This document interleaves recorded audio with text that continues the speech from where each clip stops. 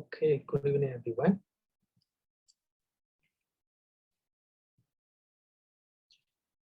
Today, part 3, we are talking about Kamma and Rebirth. And previous week, we talked about 4 actions. So wherever we speak, that will be our Kamma, that will be our Kamma.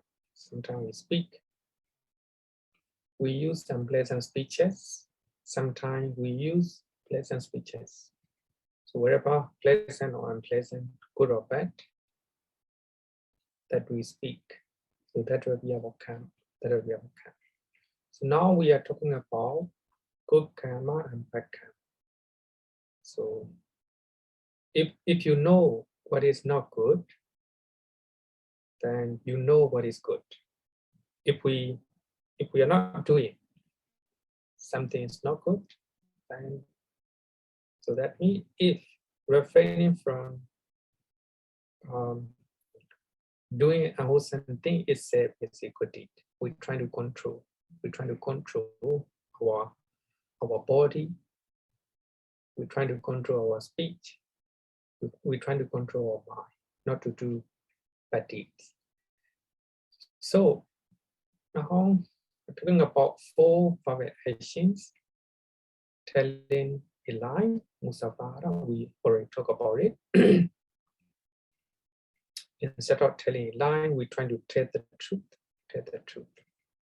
Then number 2, slandering, using divisive speeches. So instead of talking slandering or divisive speeches, then we're trying to use united speeches, the speeches that make united. Number 3 is hard speech. So actually today we will start hard speech.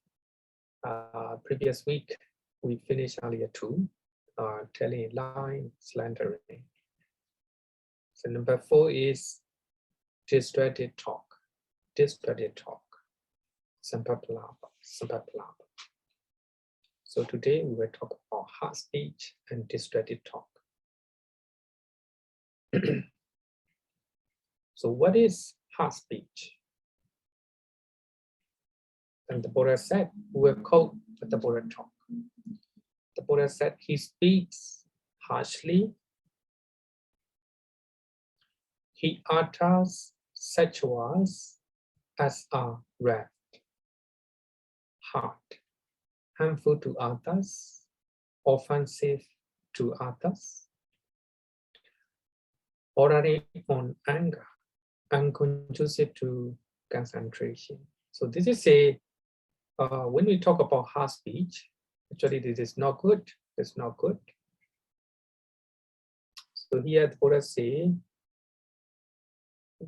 so someone who utters such words as a wrath, hard, harmful to others. If you say something to somebody, it is harmful to him or her, and also offensive to others. And people make angry. People become angry by hearing what you say. Actually, here, sometime, even you say in a nice way, if your formulation or motivation is not good, then even though the way you talk is seem to be polite, and also that if it is often offensive to other people, that will be hard speech. Yeah, bordering on anger. You talk based on anger. Unconducive to concentration. If you hear something unpleasant, then your concentration, your mindfulness is destroyed. So by hearing unpleasant speeches, and also something that is offensive to you, normally our peace of mind, our concentration is gone. So we do not use such word. that destroy concentration and peace of mind. So that is harsh speech. So here we have a discussion by commentator. Sometimes we may use harsh speeches, like a parent may use harsh speeches, strong speeches to their parents, their children. And teacher also may use harsh speeches to his disciples. So, but their motivation is good. I'm talking in a harsh way, in a strong tone. By talking, by using, harsh speeches to their children, to their disciples. So with the good will, by listening what I said, and they will not do this. They will not do this. Sometimes as a parent, you may talk to your children in a strong way, using harsh speeches, but in your mind, with a good will. But sometimes you may be talking harsh speeches to your children with the anger, That is harsh speech. That is harsh speech. But here is without anger. Sometimes even though we are talking without anger, then that is not a harsh speech. That's not a harsh speech. Then even though the speeches are pleasant to hear, if the volition is cruel and unkind, it is considered as a frusavasa.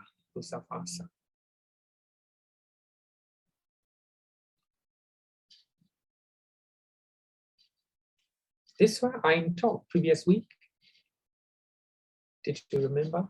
Do you remember that? Did I talk it previous week?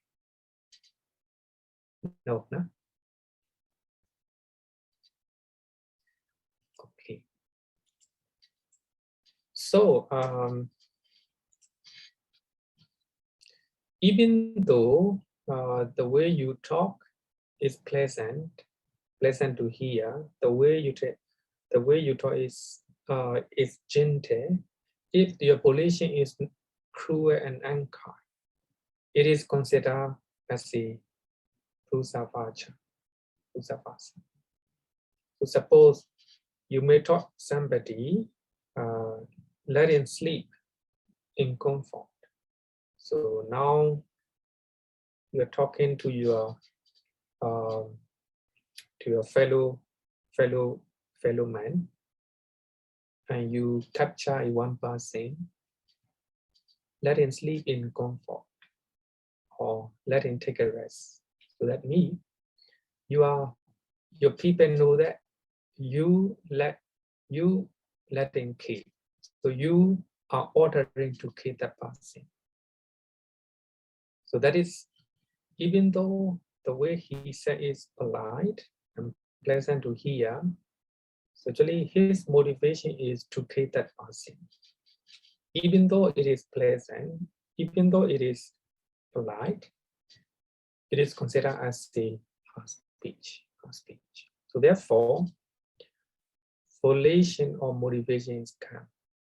If the motivation is not good, then that will be unwholesome. So actually in our environment, of course, some people, the way they talk is very polite, but their motivation is not good, to destroy the other person. So that is also considered as a harsh speech. Even though the way they talk is polite, then that's considered as a harsh speech. So therefore, if you abstain from harsh speech, that is osanga, good time. So if you are engaging in harsh speech, if you are using unpleasant speeches all the time, so that is bad karma. That is bad karma.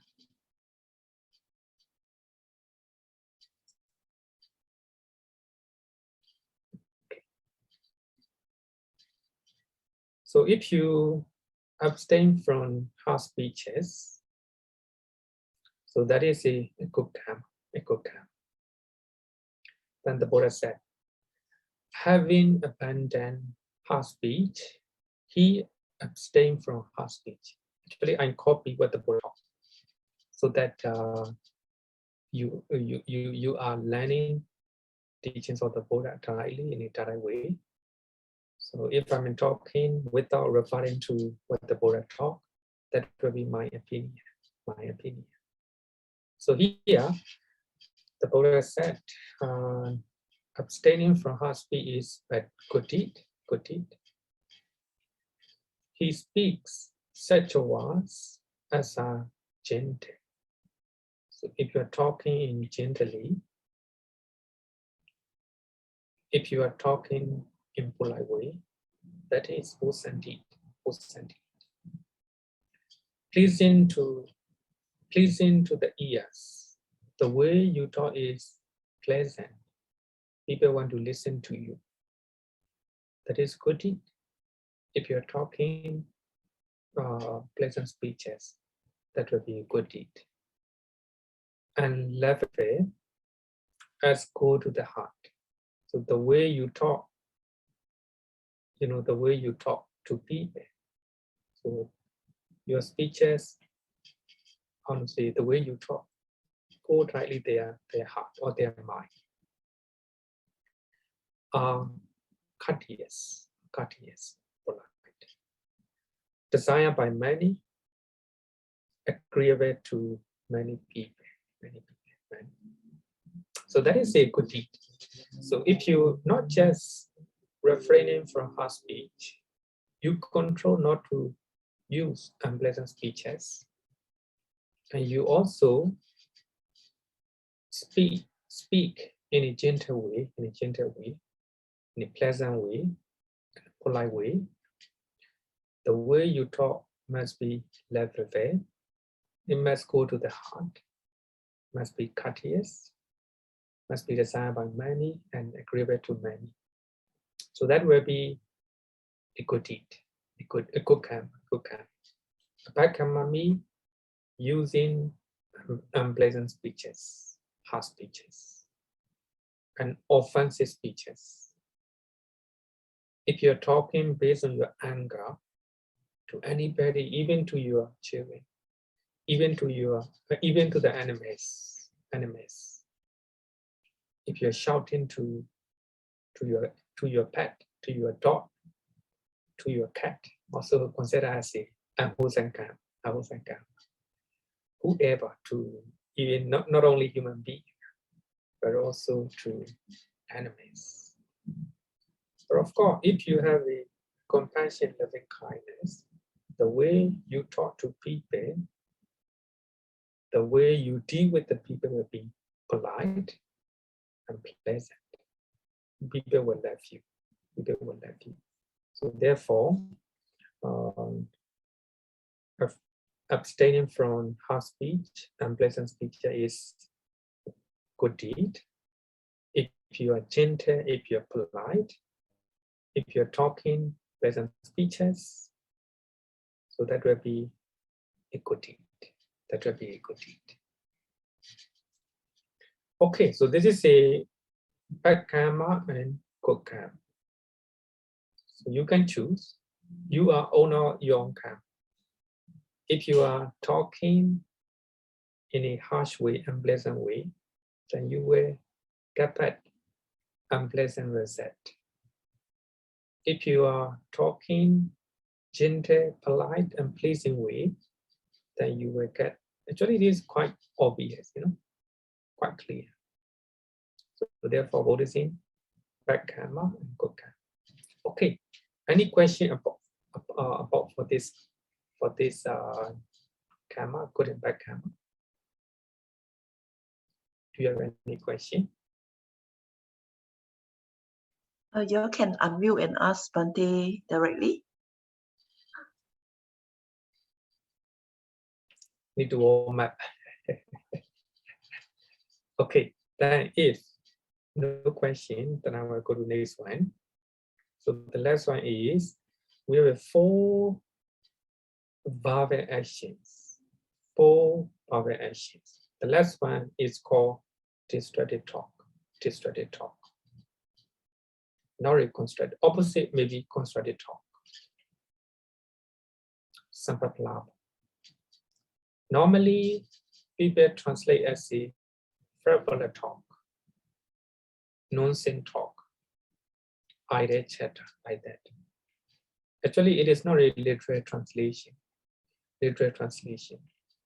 For me also, in earlier time, I use Bhikkhu translation, frivolous talk, not a serious one, like a gossip, like a chatting, this and that.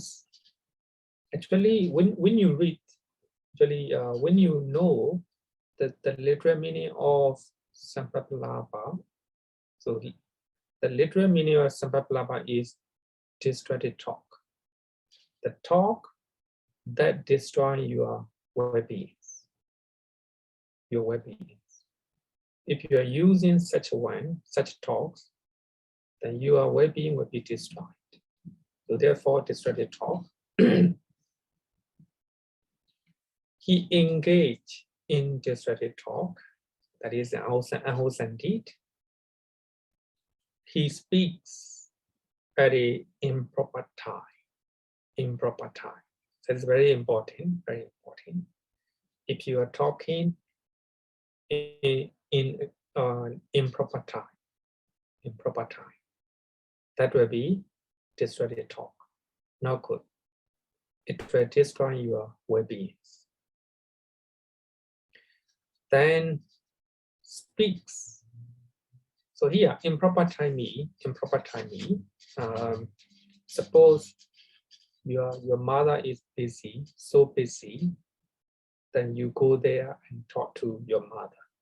Even though the way you talk is polite, even though what you say is meaningful, so actually you are talking improper time, not a right time, not a right time.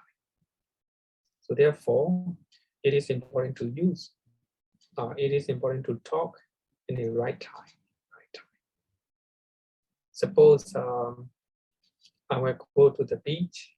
People are enjoying eating, talking, and I go there and explain how to meditate. It's improper time, no? Improper time. Because people are enjoying eating food and playing and talking this and that with their friends. Then I go there and talk to them how to meditate. And I told them meditation is very good. It will create tranquility of the mind. You can maintain happiness like that. Even though the way I talk is meaningful and also beneficial to them, they will not listen to you because it's improper time. And also, so here the Buddha said, speaks falsely. Actually, did the same with telling a lie, same. So what you say is not truth, not truth. Abuddha. So here, in earlier 3, telling a lie is obvious because people normally want to tell a lie. They use a lot of false speeches. So therefore, it is important, and the Buddha highlight number 1. Number 2 is slandering. So that's also obvious and clear in our environment. People are using divisive speeches. Therefore, people are not united. And the next one is hard speech, unpleasant speeches. This one also need to avoid. But the last one cover everything. So things that you use with your mouth, whether so that means the last one include everything regarding with the speech, regarding with the a bad speech. So here, the Buddha say, if you are talking in proper time, if you are talking in a false way, speaks what is beneficial. So actually, this one, sometimes we may normally talk, which is not beneficial to others, like a gossip, and we are talking this and that without stopping. So what is unbeneficial? Speaks contrary to the Dhamma and the discipline. Here we use the word Dhamma. Dhamma means righteous way, righteous practice. So the way you talk is not righteous.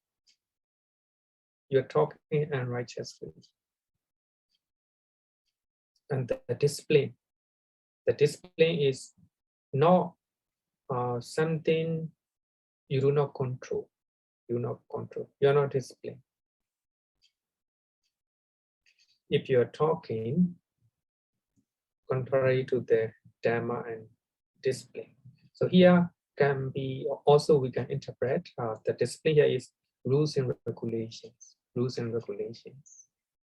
Suppose now you are suggested advice to mute.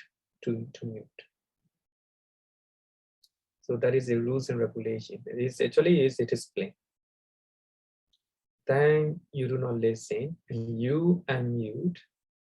And while you are listening to the Dhamma talk, you are talking telephone loudly.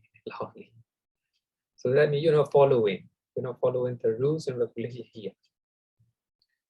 That you are in the physical classroom, so you are advised not to use harmful, to mute your harmful, but you do not listen. Then while you are listening, Dhamma talk, or while you are discussing in the meeting, the phone ring loudly, and that distract teaching or discussion or meeting. If you are not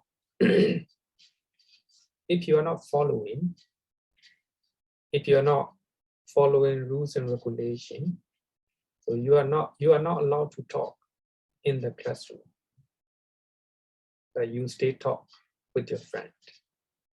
You do not listen to. So such speaches can be distracted talk. It can destroy your well-being.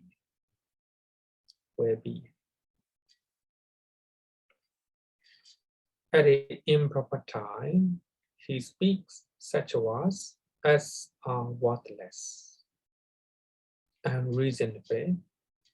If you are talking unreasonably, if you're talking rambling, if you're talking unbeneficial things, that will be sampapala, distracted talk. It will destroy your speeches. So here, people normally think that sampapalabha is frivolous talk or idle chatter. Of course, many English translators also they use different terms that indicate not a serious talk, like a gossip, talking this and that. But actually, it is more than that. It's more than that. So if you learn what the Buddha taught, you can see that if you're talking in proper time, even though what you say is serious, then it can it is a distracted talk. It can destroy your well-being. Suppose our Dhamma talk is here, limited to 2 hours, 7:30 to 9:30. But if I'm in talking until 10:30, until 11:30. Even though what I'm talking is meaningful, even though it is, my talk is connected with the Dhamma, what the Buddha taught, but if I'm talking in proper time, that is distracted talk, people will not come again. So this Bhante, talkative, he does not know proper time like that, no? He can destroy, will be. Actually, it's quite obvious. Normally, people who are talking, people who do not know proper time to talk, then it will destroy their how to say, well-being. Of course, some people normally call in proper time. Then, and the other party does not want to answer the phone. That is also distracted talk. Suppose you call 11 o'clock, 12 o'clock, and your friend is sleeping at the time. So now you want to share a good news for your friend. You know that if your friend hear this good news, she will be very happy. But you call midnight. Actually, she is sleeping. Your friend is sleeping. Then you call, phone ring, and your friend answer. No, it's a midnight. She was sleeping. She became very angry. Why you're calling me? Like that. So, in proper time. And also beneficial speeches. Wherever is not beneficial, that is a distracted talk. So here, so this is a bad karma. So what is a good karma? If you abstain from distracted talks, that will be good karma. So here the Buddha said that, having abandoned distracted talk, he abstained from distracted talk. He speaks at a proper time. Talking in proper time is very important. Speaks truth, speaking the truth. Actually, it is similar to the first precept. The first one, no? The first one. Not to tell lie, opposite is telling the truth. So here, of course, different Pali, different usage, but the same connotation. Speaks what is beneficial. So if you are talking and beneficial thing all the time, people do not want to listen to you. If you are talking, you control your mouth. So you just talk beneficial thing. Then people will listen to you. People want to listen to you. So therefore, this is a good karma. If you are speaking what is beneficial to others, that will be a good karma. Speaks on the Dhamma and discipline.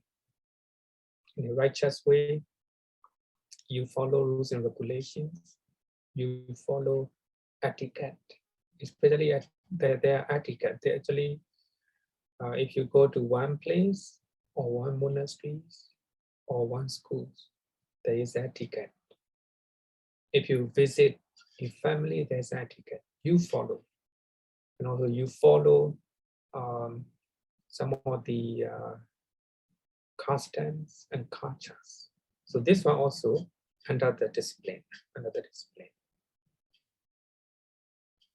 If you follow the, if you respect the custom and culture of other people, and you follow etiquette,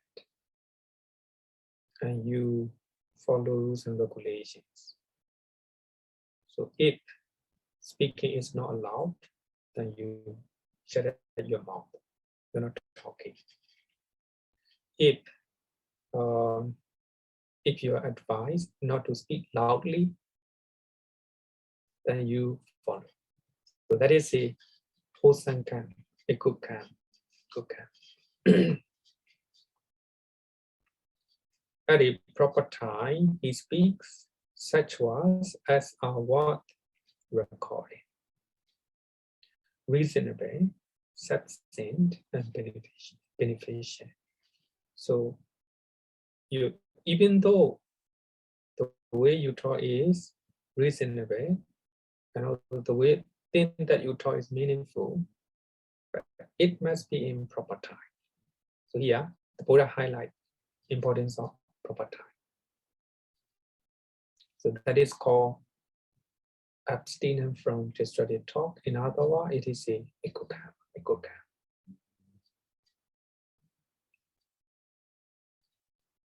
Any question? Normally, I invite people when I finish one session or one topic, subtopic. If you have a question, so that it's easier to clarify. If you are not clear, then you can ask the question. So if it's clear for you, it's okay. Yep. Bhante, there are two questions in the chat. So the first one is, when you said speaks on the Dhamma, does Dhamma here mean Buddha's teachings? No. Dhamma is in the righteous practice. Of course, what the Buddha taught is in the righteous practice and righteous teaching, and we can also interpret teachings of the Buddha, but there are righteous teachings in other religions as well. Like in Christianity, they say, love your neighbor, like that. So whatever is righteous, then you follow. There's another question. So this person says, I have colleagues that talks and gossips more than doing work, so much so that others have to do their job. Sometimes I will have to speak harshly so that they will stop talking and go back to work. Because kind words and friendly gestures never work. So I have to care for myself too. I do not want people to come to me and complain about themselves. Then there will be a lot more unwholesome thoughts. So what should I do to reduce my karma? Okay. Gossiping, not good, because it will destroy your well-being. It will destroy your reputation in your job. If some people will come to you and they will say gossip, then if you are in a position to stop that person, so you can talk to him or talk to her, not to say gossip. But sometimes, of course, we cannot say do not talk, and they will continue to talk. Then what you have to do is just listen. Do not reply. Do not respond, or do not entertain such gossip, because it's very dangerous. And that person will come to you, gossip, and he or she will bring whatever you say, and also will gossip and the other place. Very dangerous. Such person are very dangerous. But for you, we have to be very mindful not to say gossip.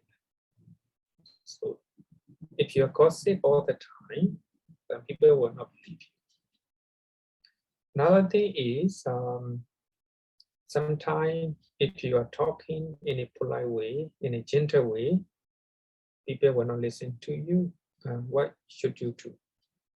Of course, sometimes you need to use strong tone or harsh, not really harsh speeches. It's of course, very hard way. The way you talk is very strong. It may be unpleasant to hear, but you still need to talk. But it is important not to have any anger in your mind. Without anger. you're talking to them with a strong tone, harsh speeches, and unpleasant speeches to them, but it is important not to have any anger, any inner hate in your mind. You're forcing them to walk without any anger. But if you're talking with anger, then it will destroy your well-being, your happiness, and also your good things. So of course, we can use strong. Later, I will quote one sutta. The Buddha also do the same thing. Sometimes the Buddha may use strong speeches to his disciples, but in the mind of the Buddha, there's no anger. By using unpleasant speeches to the listener, so if something is beneficial to many people, the Buddha will still use it. And I will quote one sutta for that later part. Okay.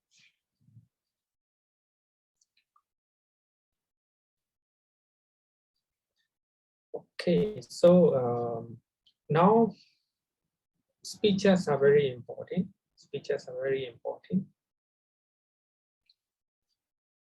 People love you because of your speeches. People hate you because of your speeches. Very important, you know? So the way you talk to people will create happiness or unhappiness. So therefore, we need to control our speeches. If you are talking, if you're telling a lie, if you are slandering, if you are using unpleasant speeches, harsh speeches, if your talks are destructive, then it creates ahosanka, bad karma. In Pali, we call it akusala karma. If you are telling the truth, number one, if you are talking to unite people, and also if you are talking politely, gently, if you are talking in proper time, if you are talking beneficial way, beneficial things, then that will be a good karma, hosanka. So I want to quote one sutta. So in that sutta, the Buddha talk about 5 causes of speech. 5 causes of speech. So the Buddha said that bhikkhus. So there are these 5 causes of speech that others may use when they address you. Actually, in this sutta, the Buddha taught to the monks to practice patience, to tolerate when people talk to you in a how to say, unreasonable way, when people blame you, when people revile you like that. So the Buddha suggests to practice patience. So in this sutta, the Buddha talk about 5 causes of speech. Number 1, sometimes people may will talk to you in a timely speeches. Some people are very cautious. So when they are talking to somebody, and they look at, what they are doing, and also they look at, other people. If I'm called right now, is it a proper time, like that? So they are the sympathy, how can I say? They are concentrate. So they have a lot of concentration to other. So they look at whether it is a good time or a bad time to talk. So sometimes people may be using timely speeches. Sometimes we are talking in a good time. Some people may be talking in proper time, in improper time. So even they are talking in an improper time, but you still need to practice patience, and also you have to tolerate to them. Sometimes people may be telling the truth, sometimes telling a lie. So here, talking, using timely speeches is a good deed, a good karma. Using untimely speeches, if you're talking in improper time, that is bad karma. If you're telling the truth, that is a good karma. If you are telling a lie, telling untruth, so that is a bad karma. So good karma and bad karma, good speech and bad speech. Sometimes some people may be talking gently. Sometimes people may talk in a harsh way. Of course, people like gentleness. If people are talking gentle way, people, so everybody you will like it. Sometimes, so you will encounter people who are talking harsh speeches, who are using harsh speeches. In those times, you need to practice patience. Then some people talk, so the way they talk connected with the well-being. Sometimes people will talk with the it's very harmful to you. If they are talking harmful speeches, using harmful speeches, then you practice patience. So the last one is spoken with a minor loving kindness. Some people may be talking with a loving kindness and compassion. But some people may talk to you with the inner hatred, anger. If they're talking with the inner hate and anger, you practice patience. So the Buddha, in this sutta, the Buddha explained. So therefore, when you look at this sutta, we can make a conclusion. So these are the 5 criteria of good speech. If you want to get a good karma through your mouth, so these are the 5 criteria. So when we are talking to somebody, so these are the 5 criteria. If you follow these 5, then your speech will be pleasant. So wherever you speak will be good deed, good karma. Number 1, you speak timely. Number 2, you tell the truth. Number 3, the way you talk is gentle. Number 4, you're talking. The way you talk is connected with the well-being. Number 5, you speak with the minor loving kindness. So these are the 5 criteria of good speech. Number 1, it's very important to take notes, timely speech. So you think about whether it's a good time or bad time. Normally, some people do not think. No concentration to other people. And they are busy. When they have something to say somebody, then you make a call. So even though your friend is busy, and you don't look at, then you just talk whatever you want. Number 1, very important, timely speech. Number 2, telling the truth. So this is the opposite of telling a lie. Number 3 is gentle. So the way we talk must be gentle.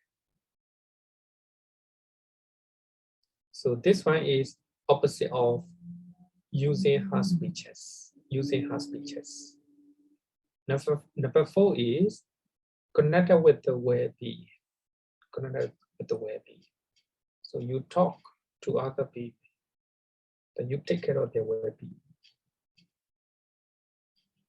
Number 5, you speak with a mind of loving kindness, compassion.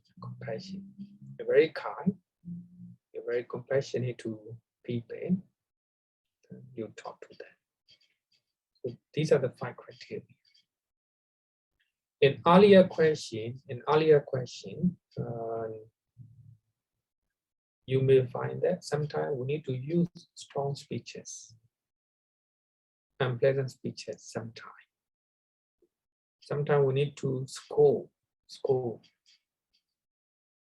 the children and your staff. Then here I quote one sutta from Dhammācariya. In this sutta, the Buddha explained sometimes he used unpleasant speeches. Even the Buddha, even the Buddha. Unpleasant speeches. The Buddha say unpleasant speeches to others. Like the Buddha taught to Devadatta, Venerable Devadatta. So actually, Venerable Devadatta create a lot of problem in Sangha. He trying to divide. He make a division among the Sangha community. So therefore, the Buddha say, Devadatta, you are the one. You must go to hell. You must go to hell. You must go to hell. After hearing what the Buddha taught, Venerable Devadatta became very sad. Became unhappy.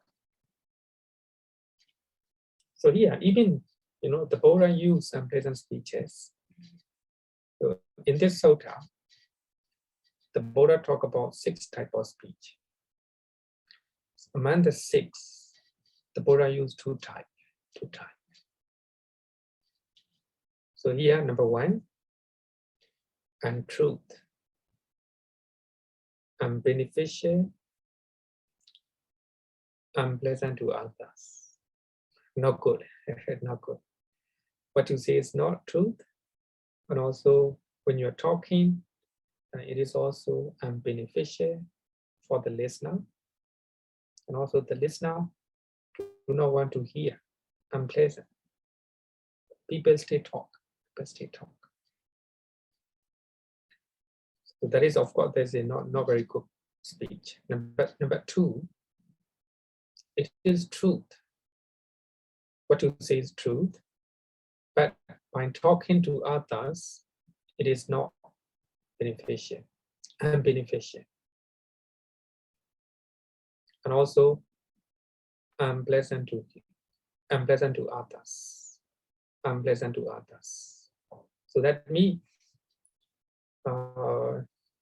you want to make other people angry. Suppose you're talking to ugly man. Actually, he's ugly.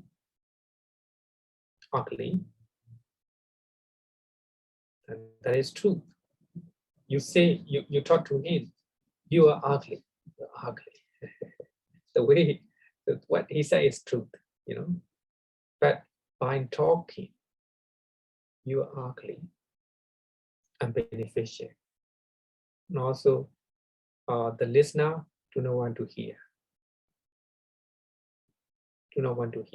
So therefore, there are something that we need to control, even though it is truth. We shouldn't talk. Suppose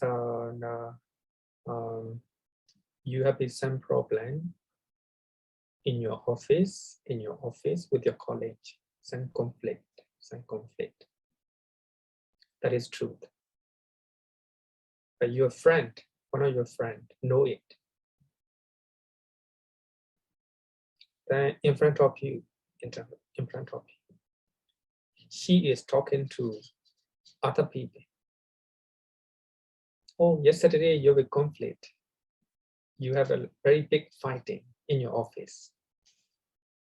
So what she said is truth, but not beneficial, not beneficial. And also, your friend do not want to hear. It's not pleasant to hear, even though it is truth. But we need to control, not to talk. So therefore, number two also not good. Sometimes even though it's the truth, no, not good to talk. And number three, it is truth, beneficial, but unpleasant to others. Just like the Buddha say, Devadatta, you are the one who will go to hell. Because you do a lot of, you accumulate a lot of bad karma. Unpleasant to others, unpleasant to Devadatta. But still, the Buddha need to talk, because whenever Devadatta is creating schism and division in the Sangha, so it is very dangerous. So therefore, the Buddha scold, the Buddha, use unpleasant speeches to Devadatta. But it is beneficial. It is beneficial. Other minds who are listening to the Buddha, they understand the way Venerable Devadatta is doing is harmful for the Sangha community, for Buddhism, Buddha Sasana. So therefore, so even, it is true, beneficial, then the Buddha know the time to use such speech. So here you can see that time is very important. Time is very important. The right time is very important. Even though what you say is truth, even though it is beneficial, you have to wait the right time, the right time. If you are using wrong time, what you say will be harmful, dangerous. So therefore, people may think that in the office, you are dealing with different people. Some are lazy, some are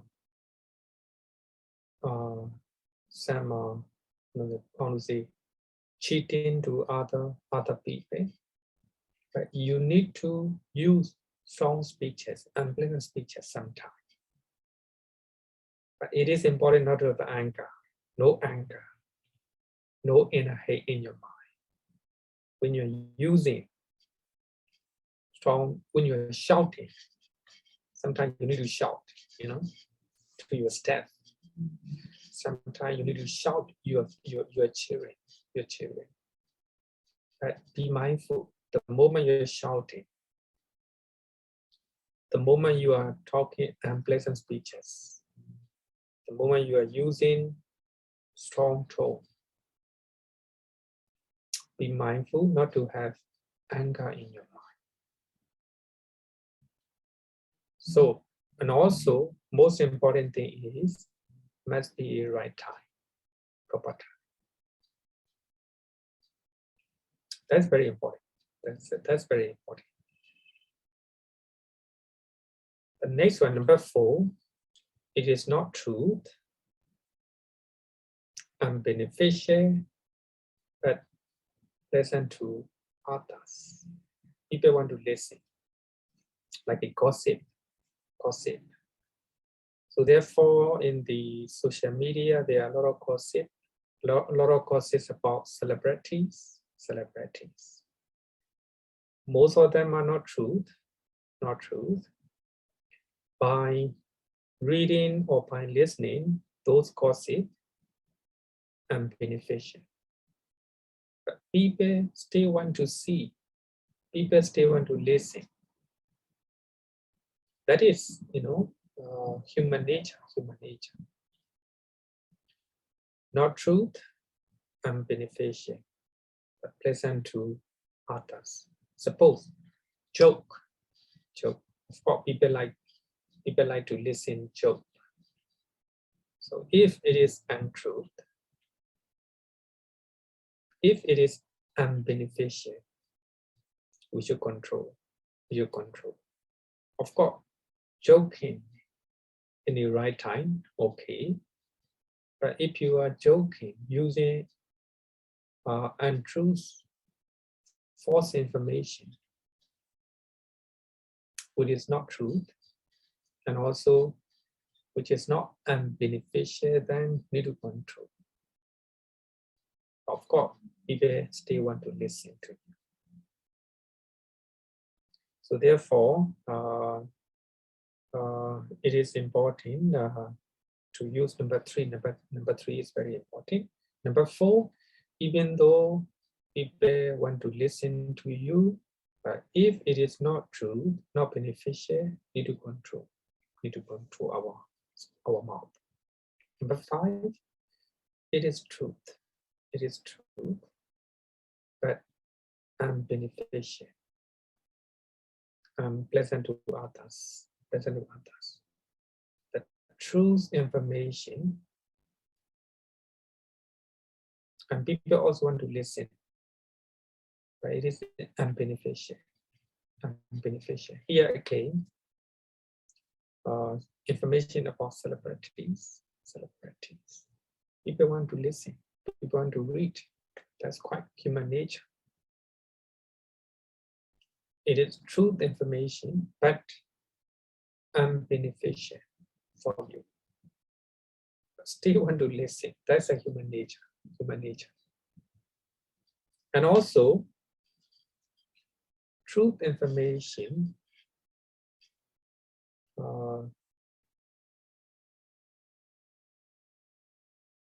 so the most important thing here is unbeneficial. If it is unbeneficial to people, shouldn't talk. Number 6, it is truth, beneficial, pleasant to others. And even such type of speech, the Buddha knows the time. Timing is very important. Even it is truth, beneficial for many people, people want to listen. So, but it is important to know the timing. So therefore, when you look at this sutta, of course, when we can talk number 6, we are talking, telling the truth. We are talking beneficial speeches. We are talking pleasant way, pleasant to others. Then you know the time. You are talking in the right time. So if you're talking number 6 type of speech, the best. Sometimes we still need to talk number 3. It is truth, beneficial for many people, but the listener may not like it. Listener may not like it, but we still need to talk. But here, with COVID-19, and there are a lot of consequences of COVID-19. Economic, and also everything, many things. But still, the government need to talk to you. The government still need to explain to the people. It is true, beneficial. People do not want to listen. People do not want to listen. Difficulties and problems and bad consequences of. People do not want to hear. But still, as a government, they still need to talk. You still need to inform to the public. So that is it. For that reason, sometimes, even though people do not like, still need to talk. Okay, so these are the 6 types of speech. Man 6 types. The Buddha taught only 2. Truth, beneficial. 2, and also propagate. And the 3, I think here the Buddha speech based on 3 criteria. Number 1, truth, beneficial, and right time. So I think when we are talking to other people, when we are dealing with other people, we can use,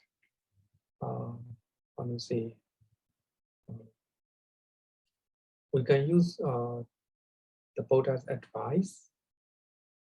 So we should tell the truth. We should, the way we talk must be beneficial, and also knowing the talking in the right time.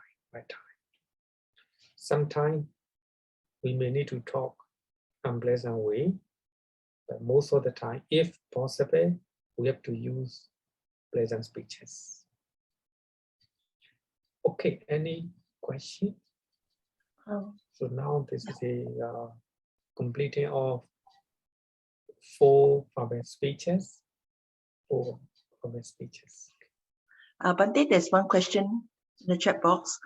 Bhante, just now you explained that the Dhamma does not mean Buddha's teaching.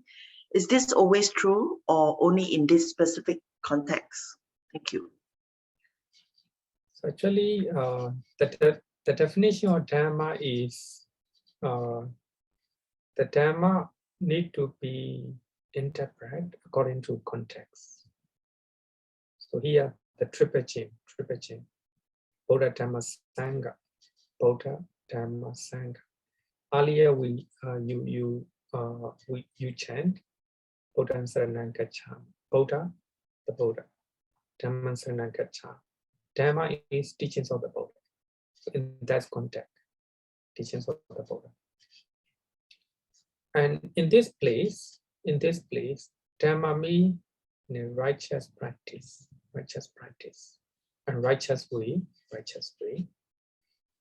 It can be, of course, teachings of the Buddha is righteous practice. We can also include the teachings of the Buddha. And in some places, like a Dhammānupassana, with 4 foundations of mindfulness. 4 foundations of mindfulness. So the last one is contemplation of phenomena. Contemplation of phenomena. The Dhamma here is not a teachings of the Buddha. It indicates phenomena, mental and physical phenomena. So when you are practicing mindfulness, when you are practicing meditation, ultimately you will know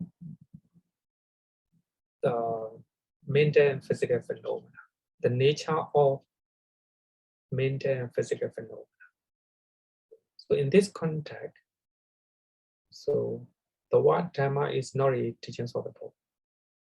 It is phenomena or the nature of Namarupa, the nature of mind and body. So actually we have to take in different contexts.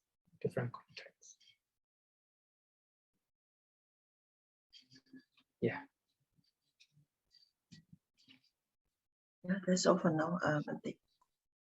Okay. No question then.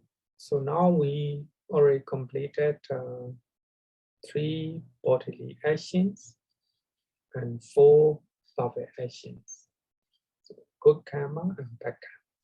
So now we're talking about mental actions, mental karma. So in Dhammācariya, the Buddha said that mind is forerunner of all phenomena. All phenomena. Here, Dhamma. Dhamma. So we translate as a phenomena. Mano Popengama Dhamma. In Pali is Mano Popengama Dhamma. Dhamma here is not a teachings of the Buddha. Dhamma here is all phenomena, all mental and physical phenomena. So, mind is forerunner of all phenomena. Mind is the chief. They are mind-made. If one speaks or acts with the wicked mind, because of that, suffering follow that passing. Just as the wheel follows the hoof prints of the ox that draw the cart. So here, what I want to highlight is mind is important. We are talking, we are using our bodily actions. So the main source of our speech, the main source of our actions come from the mind. Mind is forerunner. So you are talking in gentle way, because of the mind, compassion in your mind, mindfulness in your mind. Then you are talking offensive speeches, offensively. You are using unpleasant speeches because of anger. So therefore, mind is forerunner. Forerunner of your bodily actions and perfect actions. So therefore, Buddhism always pay attention to the mind. So we are meditating because we need to control the mind, to control the mind. By doing dana, by doing charity, you cannot control your mind. Of course, by controlling your bodily and perfect, sometimes you can control your bodily and perfect actions, but you cannot control the mind. So you want to harm in your mind, you have a lot of anger. You want to kill one person, but you controlling not to kill that person. That is sila. That is sila. But you cannot control your mind. You want to kill him. You want to kill him. So therefore, mind very important. Even you can control your body, you cannot. It's not easy to control your mind. The Buddha said that mind is forerunner of your speeches. You are actions. So therefore, we meditate because to look at our mind. So we have three mental actions, manokamma. Number one, covetousness. Another one is it can be translated as longing, pecha. Number two, evil, anger. Number three, wrong view. So these are the three unwholesome mental karma. The karma in your mind. So we call it. So this is these three are mental actions because they occur in the mind. They occur in the mind. So we will talk. Actually, it's not really difficult. Covetousness. And then we can listen what the Buddha taught. Here, someone is full of longing. He longs for the wealth and property of others.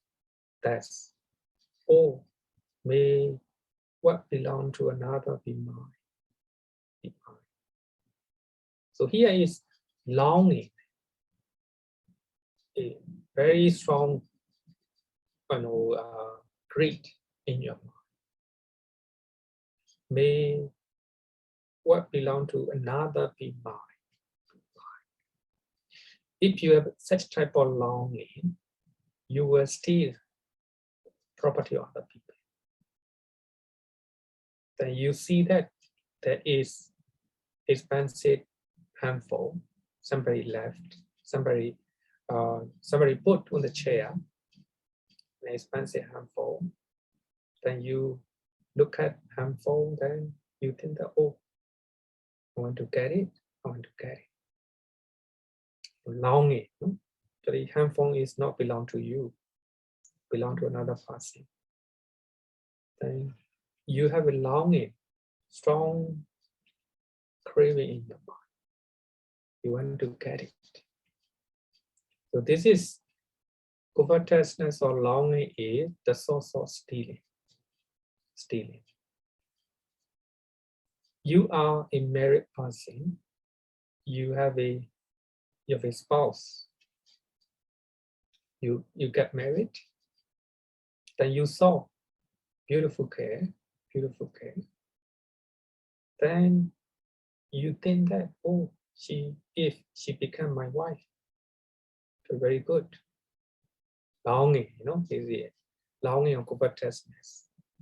You get married, but you still want to get married that lady. She is beautiful. In your mind.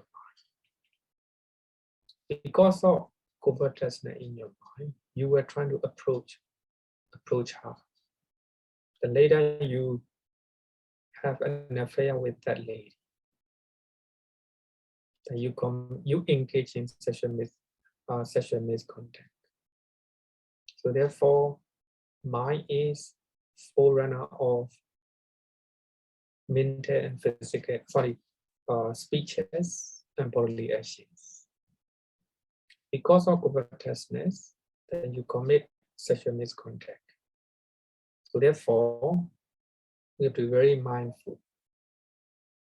So we have to look at our mind, not to have covetousness.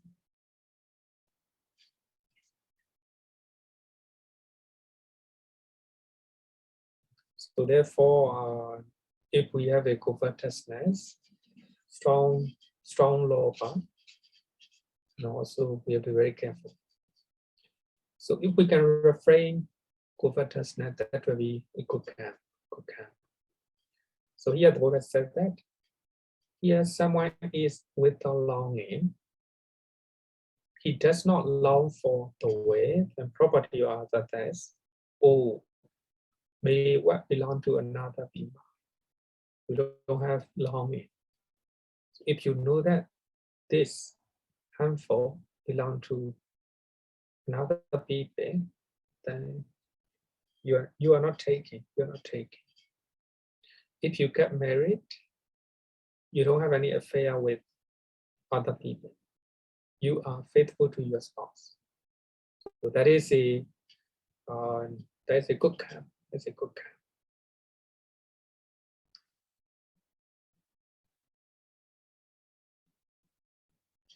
Number 2 is aware. It's a type of anger. It's a type of anger. The Buddha said he has a mind of aware and intention of hate. Thus, may these beings be slain, slaughtered, cut off, destroyed, or annihilated. So here you have a strong aware and hatred to sentient being, one person, even enemies. May they be slain, slaughtered, cut off. If they die, I'm very happy. Like that, it's aware. You want them to die. You want to destroy. So because of aware, you will commit killing. You will commit harming other people. Because of aware, you will be slandering. Because of aware, you will be using harsh speeches. So therefore, aware or anger is the source of, unwholesome actions. Then the opposite one is if you refrain from ill will, so that will be good karma. Good karma. He is of good will, and his intention are free of hate. Thus, may these beings live happily. May they be free from enmity, affliction, and anxiety. Here is the good will. Good will. In other words, it is loving kindness and compassion. May they live happily. May they be free from enmity and danger. And may they do not have any anxiety, any fear, any depression. You have a good way in your mind. So actually here, if you have such a good way, compassion and loving kindness, the way you talk will be pleasant. You will be polite and gentle. And you will not be harming other people. And you will take care of them. Take care of them. So therefore, the Buddha says, mind is forerunner of everything. Okay. Any question up to now before I talk about wrong view? Any question? Bhante, there's a question in the chat. So the question is, Bhante, if a person has a bad intention to harm another person, but in the end did not carry out his intention, will there be bad karma for having bad intention? Yeah. It will be bad intention to harm other person. So that will be ill will. So he has ill will in his mind. So that is a mental ahusankam, akusalakam. That he control his body. That he did not harm that person. So that means even though mental ahusankama arise, but he can control or she can control. That's good. So that means number one, she has mental ahusankama, bad karma. Number two, do not have any vave or bodily ahusankama, can control. In other words, we can call it she has a she can control her body, her speeches. In other words, it is she have a sila. She can maintain her sila, moral contact, morality. So therefore, mind is very important. So if we can control the mind, even though we see unpleasant people, even though we are dealing with cruel people, if we don't have any evil in our mind, then there will be no, we are not committing any vave or bodily ahusankam. Okay. Then this one is easy. Number three is wrong view. Then let's talk. Let's listen what the Buddha talk. He holds wrong view and has incorrect perspective that there is nothing given, nothing sacrificed, nothing offered. Actually, they are very similar. So nothing given, nothing sacrificed, nothing offered. So some people think that giving is not good. If you give, then you don't have, you give away your property. You don't believe the benefit of giving. Then I want to say that you don't believe the meaning of giving. So that is a wrong view. If you share what you have, then you just lost. Some people think that. Therefore, they do not share what they have. That is also wrong view. The correct view is there is the benefit of giving. the benefit of giving. If you give, so there are benefit. If you share something to poor people will benefit from your giving, your charity. And by seeing them, they are happy, then you also feel happy. Then you share something with your friend very happy, and your friend will love you, So that means, there is a benefit of giving. If you give, you will get something in return. There is no fruit or the result of good and bad actions. So now we talk about good karma and bad karma. Not to tell lie, not to slander, not to use harsh speeches, not to use distorted speeches, not to kill, not to steal, not to commit sexual misconduct. These are the bad karma. But here, he or she does not believe. Nothing will happen if I tell. Nothing will happen if even though I'm using unpleasant speeches. Nothing will happen even I'm kill. That's the wrong view. That's a wrong view. If you tell lie, people will not believe you. If you are using unpleasant speeches, people will not like you. People will not like you. So that is, you know, bad karma and good karma, and you, as you know, the result of good and bad karma. That is right view. That's the right view. So here is whether you do good or bad deed, there's no the result. So that is a wrong view. There is no this world, no other world.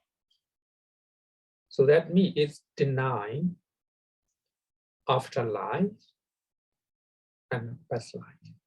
Afterlife and past life. Even it deny this life. So we are here. We are here by chance. There's no past life, no afterlife. There is no mother, no father. So that means here is there are no good or bad result of treating your mother, your father in a nice way or in a bad way. They got married and they just was born you. They just was born. Or you just was born. And you don't believe gratitude of your parents. And you don't believe treating them in a nice way where we have a good result. And also, even though you're treating your parents in a bad way, badly, you don't believe there's a consequences.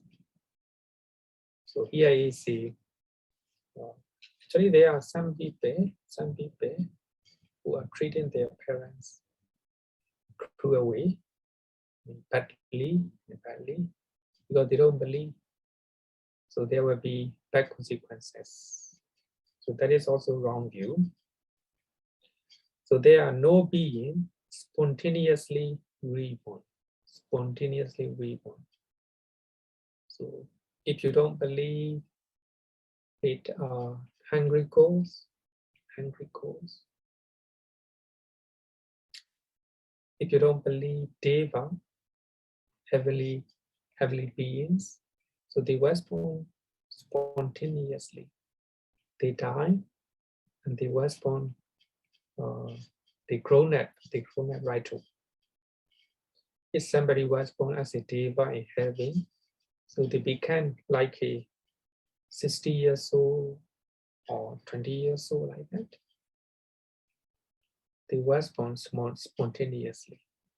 You don't believe there's Devas or there's a ghost, you don't believe. So that is a wrong view. That's a wrong view. So they are ghosts, they are devas and Brahma. If you believe them, that will be right view. Right view. Of course, some people, they want proof. But a lot of, they say that they are not, they cannot be proved. That's a wrong view. That's a wrong view. Later, we'll talk about rebirth. Rebirth. So there are in the world no ascetics and Brahmin or right conduct and right practice who haven't realized this world and the other world for themselves by direct knowledge, made that known to others. You don't believe that there is religious leaders who can see hell, who can see heaven. You don't believe that there is no religious leaders who know past life and afterlife. That is also wrong view. So there are some religious leaders and who know the past life, and who can see heavenly realms, Brahma realms. That will be right view. So actually here, if we summarize what is the wrong view, number one, there is no benefit of giving. You don't believe charity. You don't believe donation. You don't believe sharing. And also number two, you don't believe the benefit of good and bad karma. You don't care. You don't care. So you will do whatever you like. And also, you don't believe the gratitude of your parents, gratitude of your teachers, and you don't believe past life and afterlife, and you don't believe there is a genuine religious teachers who know past life, heavenly realm, also hell, Brahma realm, and also ghosts, etc. So that will be wrong view. We cannot say just because you do not know. So there are people who know their past life, who can see heavenly realms. So then only that will be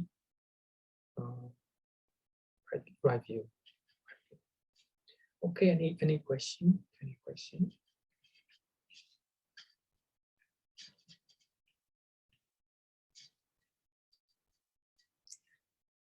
If no question, then up to now, we already completed good karma and bad karma.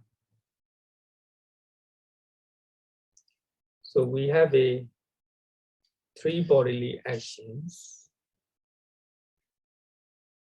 So three bodily action also, good karma and bad karma.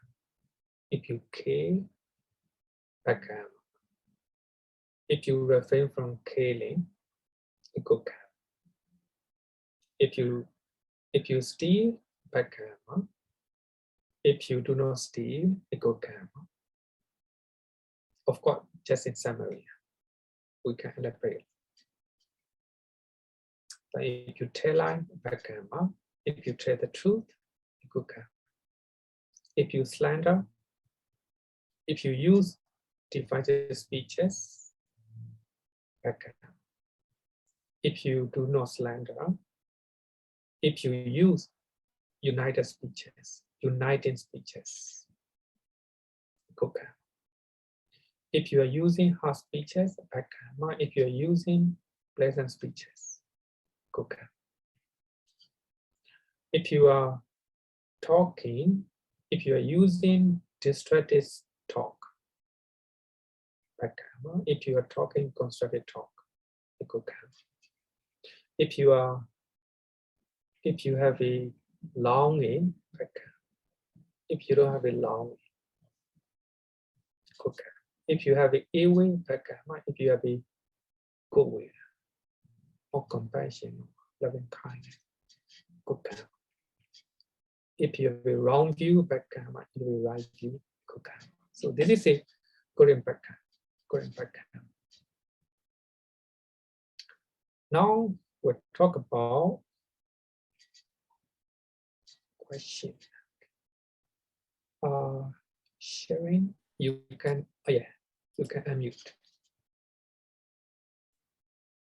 Yeah, hi Bhante. I'd like to ask a question. So, right mental view, like for example, you see, we wish people well. It's like and I'm curious, how does it affect that person?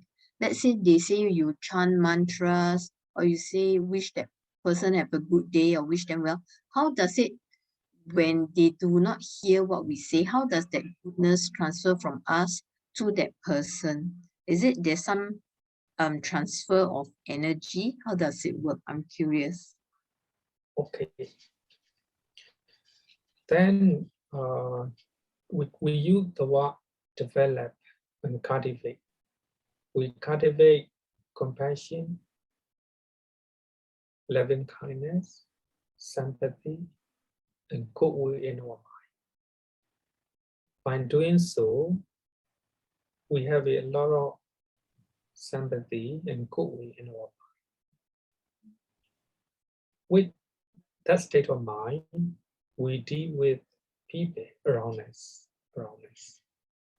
So that is benefit of cultivating a goodwill in our mind, and benefit of chanting mantra. Actually, of course, in Theravada, we do not use the word mantra. But anyway, if you are cultivating a goodwill by using mantra, also very good, very good. With a beautiful mind, with a goodwill, you will deal with people. So that is benefit of cultivating goodwill in our mind, and also chanting mantra. If you just chant mantra, will not be so effective.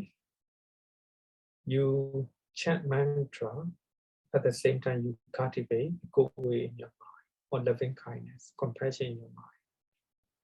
Then that goodwill in your mind will last longer. When you are treating people with the goodwill, then people will treat you the same way.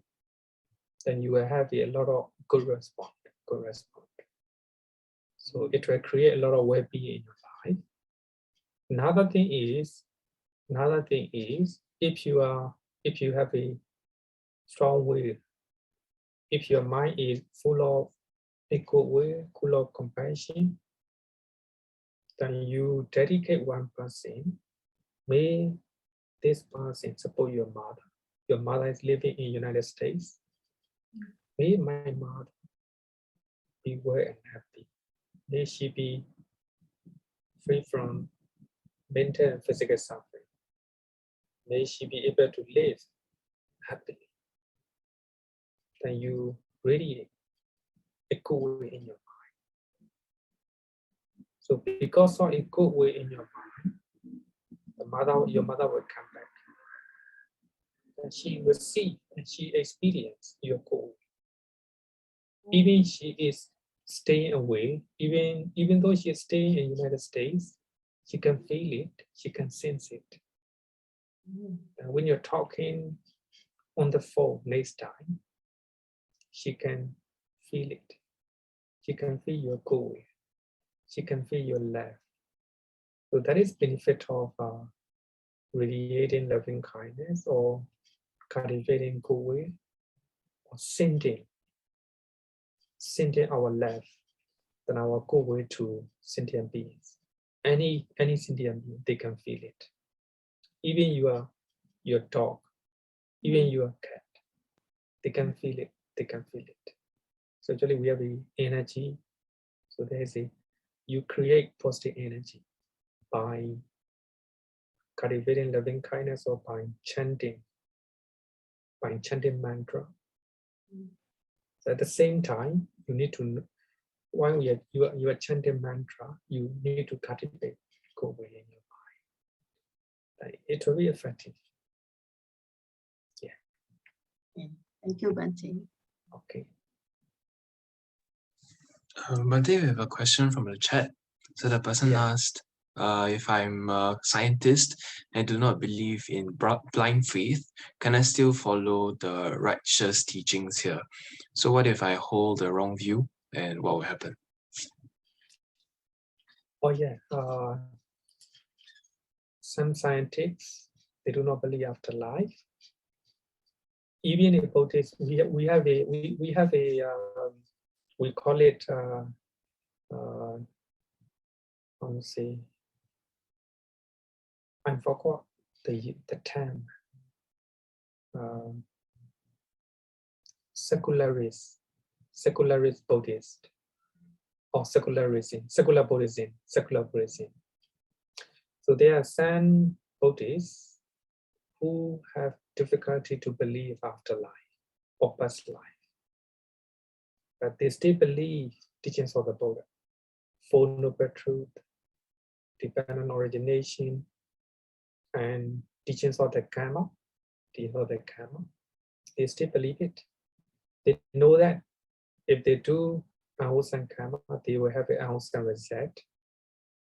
And if they do good deed, they will have a good result. Then they believe, they have a faith in teachings of the Buddha, like a theory of Kamma, Four Noble Truths. But they make use of teachings of the Buddha in this life. And they even don't believe past life and afterlife. Even they claim that the Buddha didn't talk about past life, and the Buddha didn't talk about afterlife. So what the Buddha taught is present life. Mostly they were called Kalama Sutra. So even in Buddhism, we have a secular Buddhism, or secular Buddhists, like a Stephen Batchelor from England, Mr. Tokler from the United States. So they are well-known speakers, well-known writers. So they don't, actually they do not say, Stephen Batchelor even do not say there's no afterlife and past life. But they have a difficulty to believe. Of course, even if they do not believe, wrong view. It is a wrong view, because it doesn't mean there is no past life, afterlife, just because we cannot see. So they actually the Buddha highlight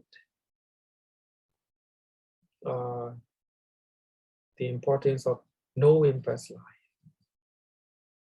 believing afterlife. Later, when I talk about rebirth, then I will explain that. So if you do not believe past life, afterlife, it is a wrong view. But of course, even you are skeptical, even you are agnostic about past life or afterlife, still you can practice. As the Buddha said in Kalama Sutra. The Buddha say,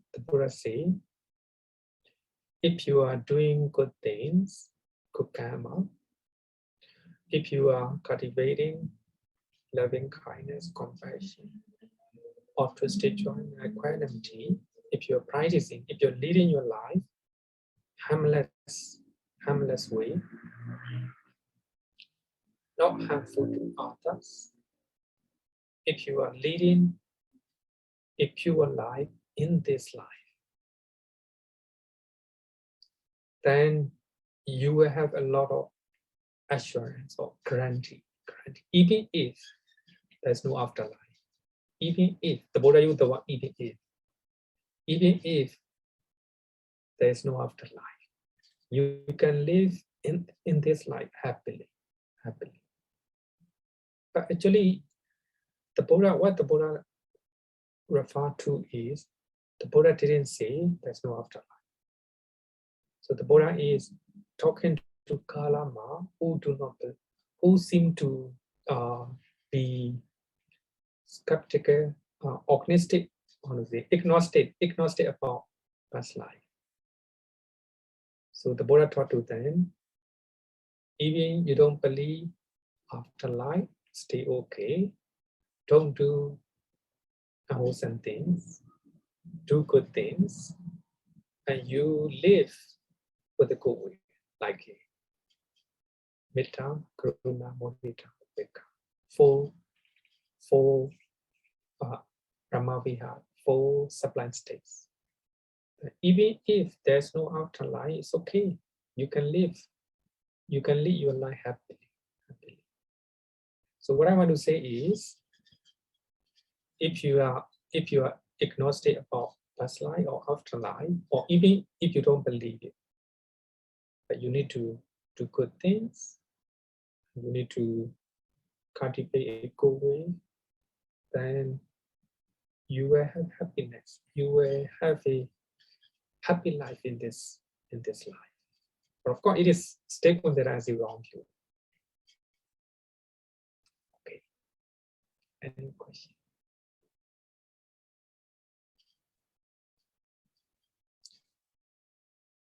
Then, if you have a question, then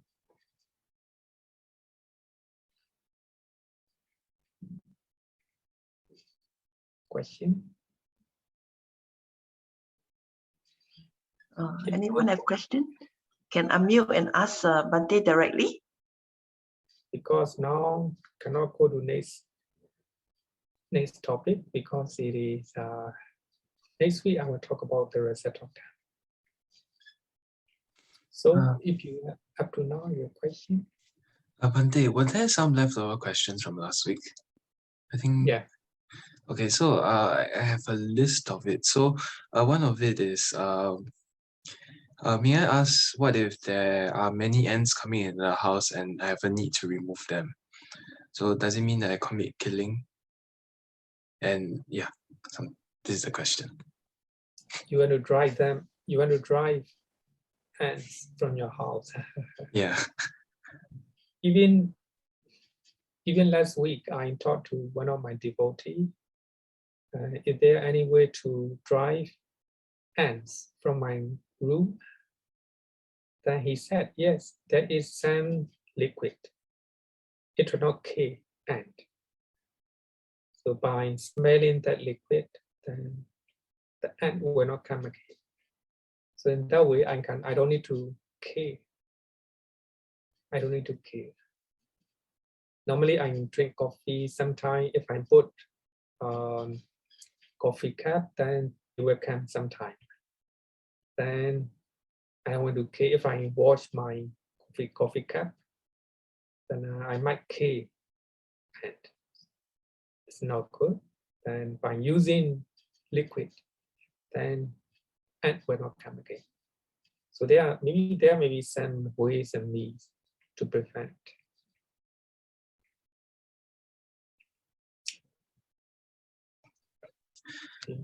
There's also another question on doctors performing euthanasia. So what does Bhante have any thoughts on that? Euthanasia is a very controversial issue. It's very similar to committing suicide, right? Committing suicide. Yes, similar. Even now, there's a lot of controversial issues. In Singapore, it's not allowed to commit suicide, and many countries. But nowadays, some countries like Switzerland, Belgium, some country like if I'm not wrong, maybe Sweden, Norway, and they allowed, especially Switzerland, they allowed euthanasia. So therefore, you may know that there is a story of a old man from Australia. So you want to die, you want to commit euthanasia, you want to commit suicide by using the comfort way. But Australia is not allowed to do so therefore he went to Switzerland. He commit euthanasia. But of course, the product contain, number one, the product contain committing suicide or maybe committing even euthanasia if it is based on anger. If it is based on depression or maybe a type of anxiety or like that. If killing oneself is done based on negative motive, the product contain. But there are some cases that some monks commit suicide, but their motive is not negative. Their motive is not negative one. Not negative one. Then the Buddha do not. So it's really it's very it's dangerous, to discuss about this case because now we don't have much time to talk about. So normally, when I talk about this issue, then I use the sutras. So sometimes the Buddha contain. Why? Because they commit euthanasia or committing suicide based on negative motive.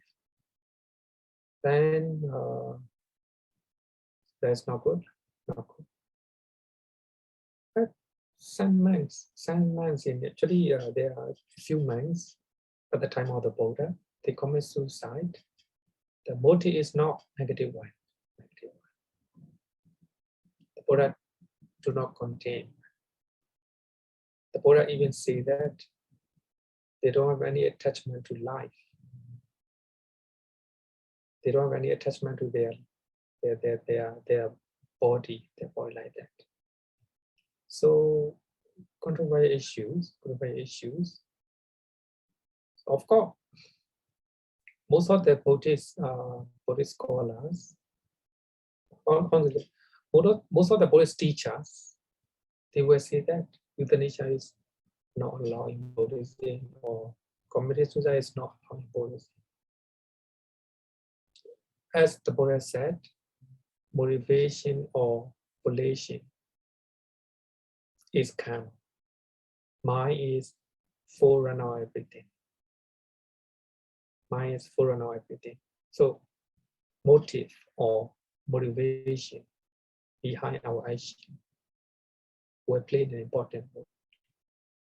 Some people, it's sad to discuss about this because some people like the Australian man he's about, I think, nearly 100 years old. And he thinks that it is useless. It is burden for other people. Because of that, he went to end his life. But Australia do not allow it. He went to Switzerland and commit euthanasia or suicide. So here, very controversial one. People do not want to discuss about this, especially I would say that it's sometimes personal choice. So they are also especially in Jainism, they allow it. Officially allow it because even they do not eat anything, if the diseases are fatal diseases. So by not eating any food, then they die eventually. The type of, actually, Jainism officially allowed to do so, but Indian government do not allow it. According to Muslim regulation in India, it's not allowed, no. But in religious terms, Jainism, of course, they were not encouraged to do so, but it is allowed. It is allowed to do so. A very controversial one. So, but I hope understand. So I will say the Buddhist point of view. Those who want to know further, then just SMS me that I can give my complete discussion about this matter. Okay, I think the time is up. We have to stop. We shouldn't talk improper time. Okay.